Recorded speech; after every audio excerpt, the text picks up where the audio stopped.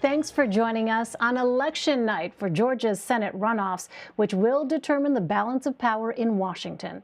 After taking back the White House and holding the House of Representatives, will Georgia hand Democrats control of the executive and legislative branches heading into President-elect Biden's first term? Or will Georgians choose to hand Republicans a key check and balance to the incoming administration, keeping Mitch McConnell as Senate Majority Leader with the power to block President Biden's appointees and obstruct his policy goals? We're now just under 2 hours away from polls closing.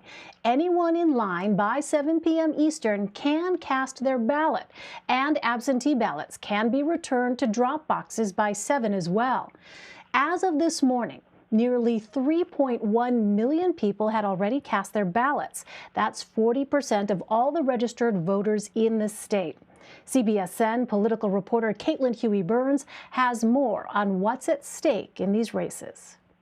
Georgia, the whole nation is looking to you. The 2020 campaign is finally coming to an end. This could be the most important vote you will ever cast for the rest of your life. It really could be. Georgia voters will decide which party controls the Senate, high stakes that have attracted the biggest figures in politics to the state. The power is literally in your hands. By electing John and the Reverend, you can break the gridlock that has gripped Washington and this nation.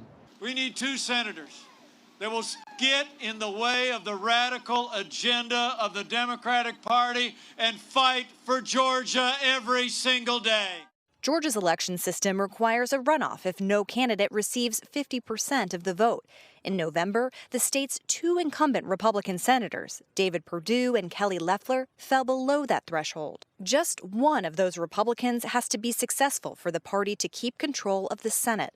If both Democratic candidates, Jon Ossoff and Raphael Warnock, win, there will be an even split, with Vice President Kamala Harris as the tie-breaking vote. Our seat, Kelly's and mine, will determine the direction of our country for the next 50 to 100 years. Georgia, we are the firewall to socialism. Democrats are hoping to recreate the turnout from the general election that turned the state blue for the first time in 28 years.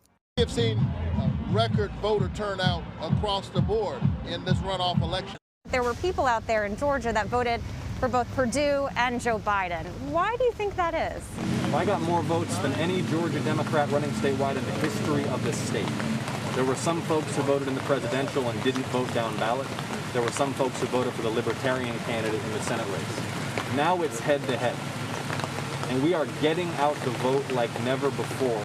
Republicans have a perfect track record in winning runoff races here, but their message is complicated by the president, who went so far as to ask the Secretary of State to find votes to overturn the general election results. Tonight, our mission here in Georgia is to make sure the radical left cannot rob you of your voice and your votes in Washington. The Democrats are trying to steal the White House. You cannot let them. You just can't let them steal the U.S. Senate. Voters here on both sides say they're motivated to vote with Georgia in the spotlight.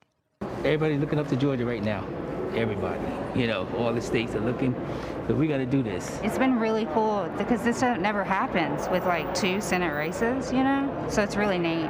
Everything that America stands for Atlanta is on the line. One right we have in our lifetime is to vote and pay taxes.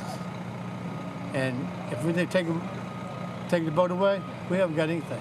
First time I've actually been excited about voting. I mean, usually I vote, but it's just very different this time. It's just good to have my vote matter in a state where everything seems to be the center of the universe. And Caitlin Huey-Burns, Nancy Cortez, Ed O'Keefe, and Josh Jamerson join me now. Caitlin is CBSN's political reporter following the election in Georgia. Nancy is CBS News chief congressional correspondent with us from Capitol Hill. Ed O'Keefe is a CBS News political correspondent in our Washington bureau. And Josh is a national political reporter for the Wall Street Journal, speaking with us from Atlanta. Welcome to you all. Thank you for being here. As you can tell, I'm sufficiently caffeinated. I trust you all are too. Caitlin, let me start with you. As we wait for our first exit poll numbers, I want to ask about the picture of the electorate we have coming into today and how that could change. The Atlanta area, Democrats based in the state, saw some of the highest early turnout in the state. So what have you been seeing and hearing today? Hi, Elaine. Well, as you know, we've spent a lot of time in Georgia over the past several months, and I can say that today feels like a presidential election, not just a couple of Senate races. Voters here on both sides have been telling us that they know exactly what the stakes are, and they see this election as having a national influence, and that's certainly right with the balance of power of the Senate hanging out there. What we are watching for today is what the turnout looks like, whether it resembles the turnout that we saw just a couple of months ago in that general election that helped Democrats win the presidency for the first time in nearly 3 decades. Democrats running Jon Ossoff and Raphael Warnock, they got fewer votes than Joe Biden did in November. So they are trying to encourage new voters to participate and trying to reach out to people who may have showed up for Joe Biden but didn't vote down ballot. They are encouraged by some numbers here that show about 100,000 more people voted in this runoff than showed up in November. In other words, 100,000 people who didn't vote in November showed up for these runoff races. For Republicans, the big question is what kind of effect the president is going to have on turnout among his own supporters. These are voters that Republicans need to turn out for them today. And we know the president's rhetoric has complicated some of the messaging for these Republican candidates. So to kind of figure that out, we earlier this afternoon went over to Marietta, Georgia. That's part of Cobb County, which has been trending blue over the past couple of cycles. But we went to a more conservative area to talk to Republican voters.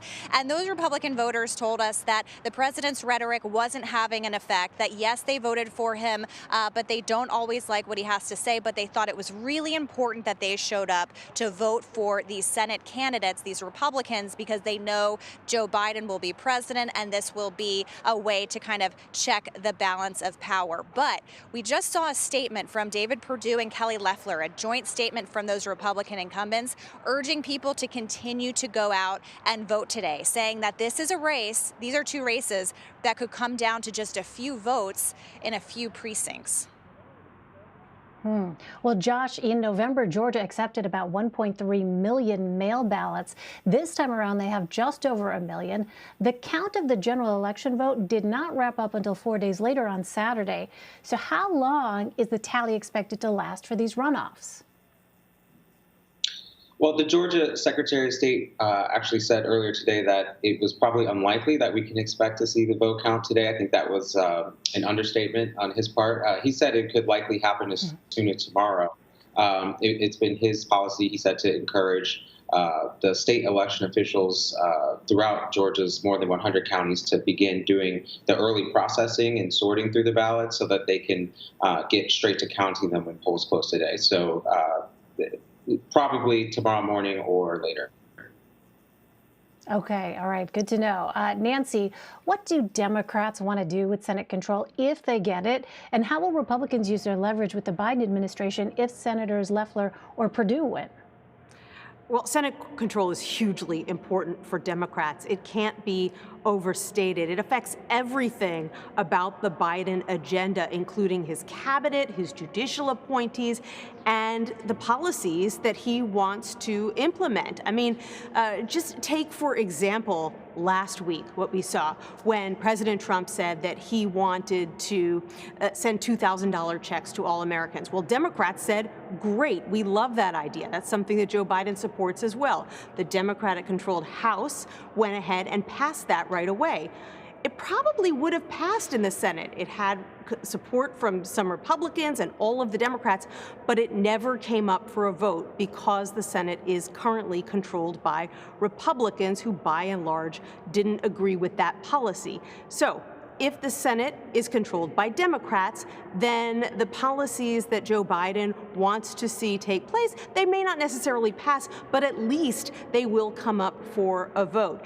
Take his cabinet appointees. If there are individuals who Republicans believe are are too progressive or too radical, they might slow walk those nominations if they control the Senate. So having control of the Senate, having Chuck Schumer be the majority leader instead of Mitch McConnell gives Joe Biden a lot more latitude when choosing his cabinet and knowing that those people will be confirmed much more quickly. Just one last example, Elaine, once Republicans took control of the Senate in the final 2 years of Barack Obama's term, his ability to get his judicial nominees for the federal bench appointed slowed way down. And that is because if you control the Senate, you control the Senate calendar. And Mitch McConnell can decide who gets a vote and when. So this is a big, big deal for both parties.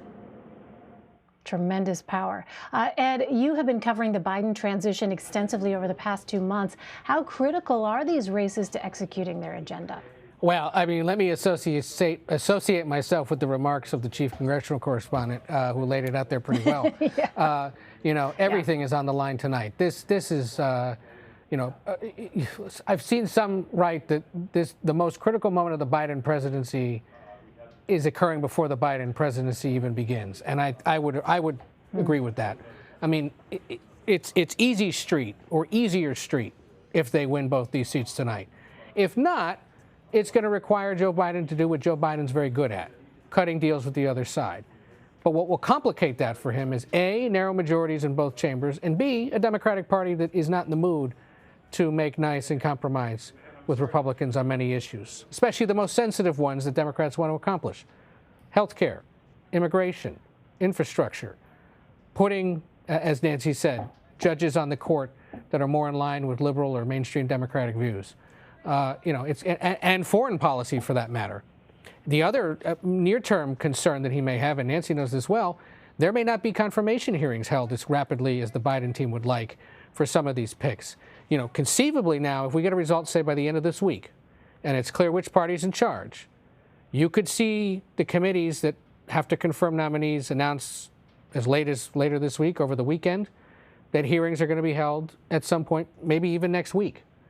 And that would put them potentially on pace to have held those hearings, reviewed the paperwork, so that they can hold some votes on some of these nominees on Inauguration Day. That's tradition. But as we've learned over the last 4 years, most of tradition's been tossed in the trash can. So it's unlikely, given the fact that we've had to wait for 2 seats, that it's going to happen that easily and that smoothly. And there's a very good chance that Joe Biden could start his presidency with very few of his top cabinet picks in position, which is something they're obviously preparing for. So, you know, they've put in about, or they've helped raise about $12 million for the Democratic candidates. Biden's been there twice. Vice President-elect Harris has been down to the state twice. They redeployed some Biden-Harris campaign staffers to essentially turn their gaze to the Peach State and do physical on-the-ground outreach as well as digital outreach and some strategizing with the Ossoff and Warnock teams. So they've pretty much done everything they could do within reason. And a lot of it's been behind the scenes and not as public-facing. But up in Wilmington tonight, they are most definitely watching this closely. And frankly, we know that in some cases this is holding up or will be a factor in some of the final cabinet picks he decides to make. We're still waiting for an attorney general. We're still waiting for a labor secretary. And those 2 positions especially are ones that could rise or fall depending on the balance of the Senate. Well, Nancy, tomorrow Congress is meeting to count the Electoral College votes. It's essentially the last step before inauguration 2 weeks later. Last night in Georgia, President Trump seemed to suggest the vice president can and should take action during the count to help the president. Let's go ahead and listen to what the president said. And I hope Mike Pence comes through for us, I have to tell you. I hope that our great vice president comes through for us. He's a great guy. Of course, if he doesn't come through, I won't like him quite as much. No, Mike is a great guy. He's a wonderful man and a smart man and a man that I like a lot. But he's going to have a lot to say about it. Okay, at the end of that, I don't know if we heard it there, but the president said, we'll see how things turn out, essentially. Maybe I won't like him as much. But on Twitter today, the president falsely claimed that the vice president had the power to reject electors, which is not true. But what do we know, Nancy, about planned Republican objections and whether Vice President Pence will be presiding over the process? Vice President Pence will be presiding over the process. He has said as much. And right now, we know that House and Senate Republicans plan to mutually challenge the electoral results in at least 3 states, including Arizona and Pennsylvania. Whether they will go on to challenge even more states, probably Georgia, maybe Michigan, a variety of battleground states where President-elect Biden was the victor, remains to be seen. But, you know, the fact is that every single time at least one Republican from the House and one from the Senate launches an objection to one state's results, then this joint session of Congress breaks apart. The senators go back to their chamber, the House members stay in their chamber, and they debate for 2 hours and then cast votes about whether they, in fact, believe that that state's electoral college results should be tossed out.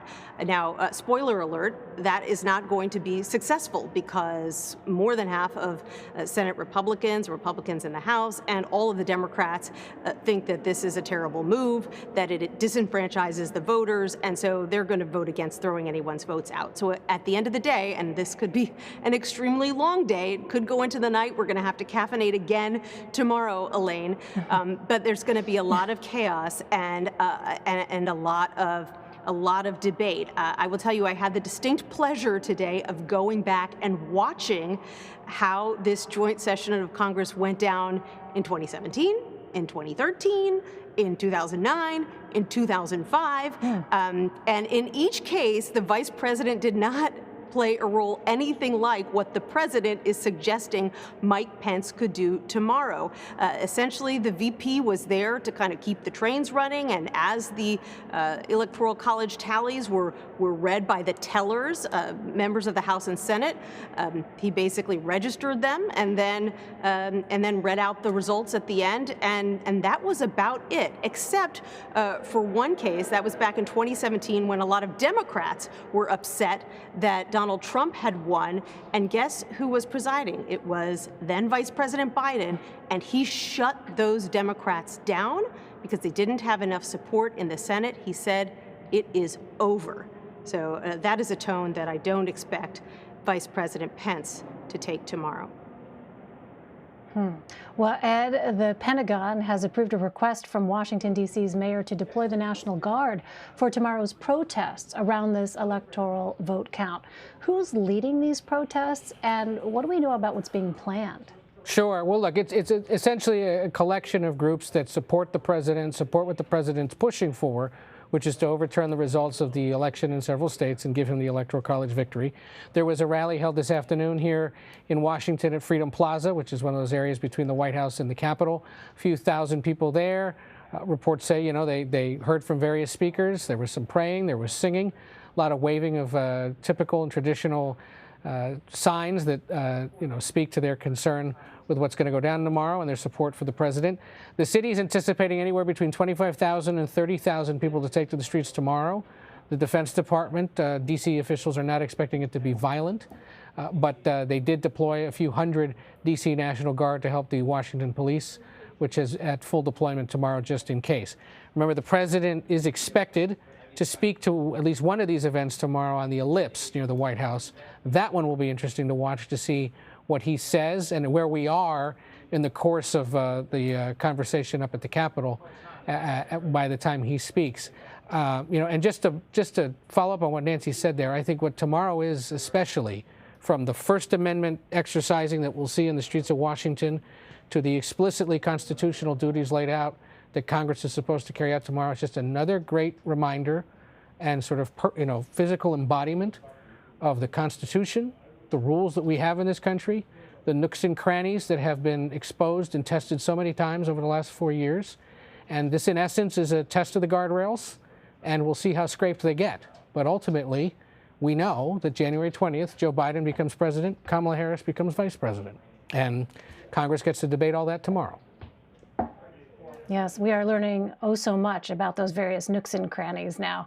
Well, Caitlin, as part of the push to overturn his election loss, President Trump unsuccessfully pressured Georgia's Republican Secretary of State to, quote, find thousands more votes. As you noted before, what sort of schism has that led to in the Georgia GOP? And is this an issue that's making an impact with voters? That's right, Elaine. I think the responses by various Republican players here in the state say a lot about the internal dynamics of the party here in Georgia, but also beyond it for those who want to have a future kind of in this party. So David Perdue and Kelly Loeffler, those Republican incumbent senators, rushed to the president's defense. They have been very critical of Raffensperger. Remember, last month they called on him to resign, and that's because they want to make sure that Trump's supporters show up and vote for them down ballot. That's been a question about whether the president's support is often transferable to other Republicans. So these Republican candidates want to show no daylight between themselves and the president. So that's one group that they're trying to target. But on the other hand, they also want to reach out to voters who may have voted for Biden because they didn't like the president and his rhetoric, but also are interested in having some kind of check on power, some kind of way to balance out power in Washington. And those Republican voters that we talked to earlier today were of the more traditional mold, that latter camp, people that really wanted to see a check on power, who acknowledged that Biden won this election outright. And so those are kind of the two camps that these Republicans are trying to target, and that's how they've been navigating this whole process. It's interesting also to focus on someone like Brian Kemp, the Republican governor here. He has been a longtime supporter of the president, but he certified the results of the election in his state. Formality for most leaders of their states, but that earned him the intense ire of the president. And at his rally last night, he said that he wants to have a primary challenge for the governor. So that's put him in a difficult spot because he's someone who has to run for re-election in 2 years and needs those Trump supporters to back him. And so he's also had kind of a tricky road to navigate here. But I think the Republican responses to the call with Raffensperger coming to the president's defense and criticizing their own Secretary of State of their own party shows you a lot about the internal dynamics here and how they're strategizing about these runoff races in the immediate term. Absolutely. Well, Josh, you were speaking to voters ahead of President Trump's rally for Senators Loeffler and Perdue last night. How are President Trump's supporters reconciling his baseless claims that the system is fraudulent with the idea of taking part in that same system and casting ballots? Yeah, it's quite the interesting split, as you just laid out. I will say, first of all, it has metastasized down pretty thoroughly through the president's base, that the election, in his mind, was fraudulent. And when you talk to his supporters, as I did at the rally in Dalton last night, they can cite very specific claims, that most of which have been debunked, but claims that they've read online about just exactly how fraudulent the election was. And it doesn't really matter where the supporters come from.